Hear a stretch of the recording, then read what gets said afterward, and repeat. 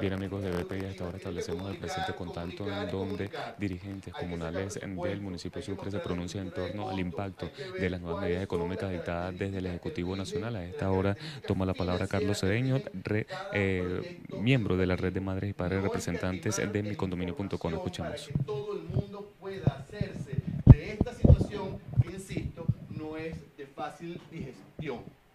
Y luego de eso, consensuar, es decir, todas las decisiones que se tomen en las escuelas tienen que ser producto de un acuerdo. No podemos tener decisiones unilaterales por uno de los sectores que conforman la comunidad educativa. El éxito de las experiencias anteriores de las cuales nos hablaba la doctora Vega tiene que ver con que esas decisiones fueron tomadas en consenso. El decreto 1011, la superación del control de las matrículas, son las experiencias exitosas. En esos casos tienen que ver con la unión de la comunidad educativa. Hay algo que tiene mucho, que es la segunda recomendación, es vivir un día a la vez. No podemos planificar más allá del día siguiente. Tenemos que ir poco a poco tomando decisiones, porque si tomamos decisiones muy a mediano o largo plazo, estas decisiones pueden ser costosas. Y puede ser que deshacerlas implique un costo mayor a no haberlas tomado. Entonces hay que ser muy calmado a la hora de tomar estas decisiones. Hay una tendencia, en tercer lugar, a mantener los mismos procedimientos como si estuviéramos en una economía normal, y eso no es así. Tenemos que flexibilizar nuestros procedimientos administrativos, de manera que todo sea rápido. Aquí el tiempo es dinero, y las decisiones hay que tomarlas rápidamente, y hay que asumir los costos de las decisiones rápidas.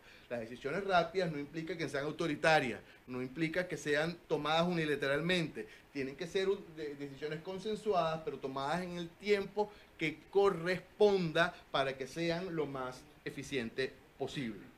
Reducir gastos. Hay que quitarse la grasa. No es hora de estrenar, no es hora de estrenos, como en diciembre. Es hora de reusar los cuadernos, es hora de reusar los lápices, es hora de reusar los libros, es hora de pensarnos el uniforme. El uniforme siempre ha sido una medida muy buena para que la gente pueda asistir a la escuela. En el momento en que el uniforme deje de ser una medida para asistir a la escuela y se convierta en una traba para poder hacerlo, en ese momento tenemos que repensarnos cuál es el uniforme. Entonces no podemos centrarnos en que el uniforme debe tener unos zapatos inmaculados blancos. Es decir, lo importante es que el niño vaya a la escuela con zapatos o sin ellos. Pero no podemos dejar a nadie en la casa. Ese es nuestro compromiso con las nuevas generaciones. Desarrollar programas de solidaridad. No podemos voltearnos para otro lado cuando una familia no puede pagar la escuela. No podemos voltearnos para otro lado cuando un maestro no tiene que comer. No podemos voltear para otro lado cuando el personal obrero está desesperado. Tenemos que llegar a acuerdos en comunidad para poder surfear esta crisis. Tenemos que llegar a acuerdos nosotros como un colegio, como una unidad educativa, para ver cómo, conservando el mayor equilibrio posible, podemos brindar a nuestros estudiantes una educación de calidad. Eso sí, el centro son los niños, el centro son nuestros adolescentes, y los adultos tenemos que ver cómo hacemos para beneficiarlos a ellos. Yo siempre digo que no es lo mismo una escuela cara, una escuela que se ve obligada, en este caso, a subir sus matrículas y que yo no la pueda pagar. Son tres situaciones distintas que ameritan soluciones distintas. El que yo no lo pueda pagar no quiere decir que sea cara, el que yo no lo pueda pagar no quiere decir que sea una escuela que se ve obligada a subir sus costos. Es decir, tenemos que siempre sopesar en dónde estamos y cómo vamos a beneficiar a nuestros estudiantes. La última recomendación, hay que diseñar un periodo de transición.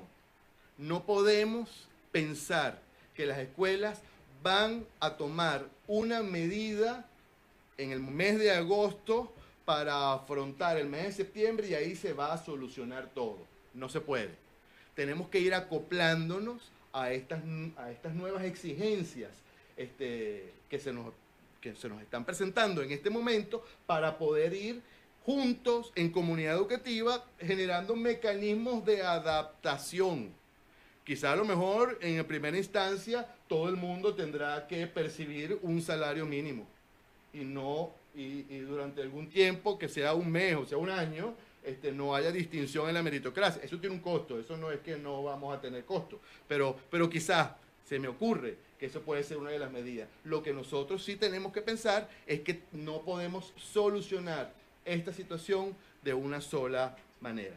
Yo creo que al final toda esta situación de crisis que nosotros estamos viviendo, por la que hemos atravesado, nos van a hacer a nosotros como sociedad, una sociedad un poco más robusta desde el punto de vista educativo. Yo tengo fe, tengo mucha esperanza en que cada vez los venezolanos, los padres de familia, los educadores y la sociedad en general vamos a valorar muchísimo más, con muchísima más fuerza, lo que es la educación para tener una sociedad mucho más próspera, una sociedad muchísimo más productiva y una sociedad que pueda ofrecer bienestar a todos quienes convivimos en ella. Muchas gracias, Carlos. Era el profesor Carlos Cedeño de la Red de Madres, Padres y Representantes. Agradecemos muchísimo la presencia de los comunicadores sociales convocados para esta rueda de prensa y mucho más el detalle de algunos miembros de juntas de condominio que se hicieron presentes en la rueda de prensa para conocer de primera mano lo que serán los consejos y las herramientas que se ofrezcan hoy. Si algún representante de los medios de comunicación quiere hacer una pregunta, un comentario a Lila Vega o a Carlos Cedeño para que terminemos con este tema, el tema de las escuelas y la hiperinflación, estamos a la hora. Si te puedes acercar y utilizar este micrófono, acuérdate que estamos transmitiendo un programa de radio. Sí. El omnidireccional. Bien. Buenos días. Mira, nosotros queremos saber cómo piensan, por ejemplo, cumplir el diferencial cambiario y ajustar las matrículas escolares. La primera pregunta. También en cuanto al proceso de inscripciones, ¿no? Ya se deben acabar las inscripciones, ya tienen, porque ya quedan apenas 20 días para el inicio de las clases. ¿Cómo se va a manejar esto? Y que si también han tratado de plantear soluciones o en tal caso, ¿cómo ha reaccionado el Ministerio de Educación ante esto? ¿Se ha recibido, por ejemplo, algún llamado de comunicación del Ministerio? Y en cuanto a este aumento de salario, ¿quiere decir que un docente por ahora, o ya cuando inicie el año escolar, un docente va a ganar salario mínimo? También quisiéramos saber cuál va a ser la fórmula de pago que van a utilizar con los representantes, a qué acuerdo van a llegar, y saber si tienen conocimiento de alguna cifra o si manejan también la información sobre el cierre de algún colegio debido a este aumento salarial. Gracias. Si notas que en el camino alguno de ellos, no, cámbiense. Si notas que alguna de las preguntas no fue respondida porque fueron varias en seguidilla, pues estamos a la orden para que la repitas y los voceros puedan responder. Adelante, la doctora Lila Vega, de la Red de Madres, Padres y Representantes. Lamentamos que cuando este anuncio se hizo al país el viernes 17, no hubiese habido una consideración al sector educativo cuando se anunciaron estas medidas. Es decir, no hubo ni siquiera una mención de las escuelas como un sector que va a sufrir un impacto sobre esto. Así que sin duda habríamos esperado que eso hubiera sucedido. El Ministerio de Educación, el ministro Jauja, debería estar abierto y ojalá podamos tener una conversación con él al respecto para ayudar, identificar los mecanismos que puedan hacer viable que las escuelas abran en septiembre. Hiciste una cantidad de preguntas concretas, precisas, que si le vamos a pagar esto, que si vamos a hacer. Tal vez el mensaje más importante es que la manera en que cada escuela decida manejar estos puntos tiene que ser producto de su propio consenso. Es decir, cada escuela va a tener que llegar a acuerdos con sus maestros, con los padres, sobre cómo manejar este periodo de transición. No hay una recomendación estándar. Bueno, de ahora en adelante todo el mundo tiene salario mínimo y después vamos viendo cómo vamos haciendo las cosas. Porque eso tal vez no sea manejable en una determinada escuela. Cada escuela va a tener que trabajar eso. Y por eso es tan importante que mantengamos el foco dentro de nuestra escuela. Podemos apoyarnos en los ejemplos que otras escuelas están haciendo y si les funciona. Y eso también es importante, es decir, hay que promover la comunicación entre las organizaciones educativas para que podamos escuchar datos de cómo lo están manejando otros. Pero esto no debe ser impuesto, esto tiene que ser el producto de un consenso. ¿Tú quieres añadir? Sí, No Cálmense, no importa. Ok, está bien. Para que tengamos un buen audio. Yo nunca pensé que iba a decir esto, pero aquí lo más importante en este momento no es el fondo, sino la forma. Uno siempre piensa que el fondo es lo más importante y que el qué y el para qué uno tiene que centrarse ahí, el foco y tal, pero aquí el cómo es el más importante. Las soluciones no son muchas. Es decir, tenemos un salario mínimo aprobado por el Ejecutivo, el que tenemos que asumir, y son 1.800 bolívares soberanos.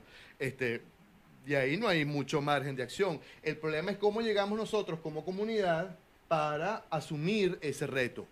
Eso puede ser una medida unilateral, puede ser medidas acordadas, es decir, es que aquí lo principal es conservar la unión de la comunidad, comunicar y consensuar, explicar cuáles son las implicaciones de un aumento, a qué nos lleva a nosotros como comunidad educativa y después decidir juntos cómo lo vamos a abordar. Entonces, ese es el foco. Cada uno decidirá cuál es la mejor manera para hacerlo, de acuerdo a su realidad, de acuerdo a las características del proyecto educativo, de acuerdo a las expectativas que tenga esa comunidad educativa para con la formación de sus muchachos.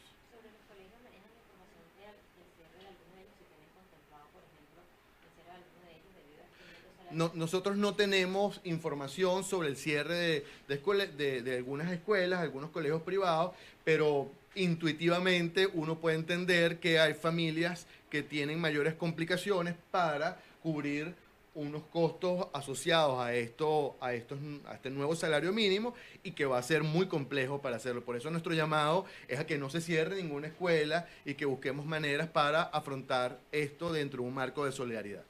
Yo quiero ¿De adaptación ustedes piensan realizar algún reclamo en caso de no poder cumplir con todos estos compromisos salariales? Yo quiero, en primer lugar, poner en contexto el tamaño de este problema.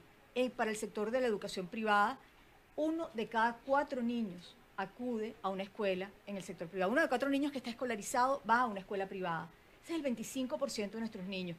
Este problema tiene que ser resuelto. El Ejecutivo Nacional tiene que pensar cómo actuar en este sentido.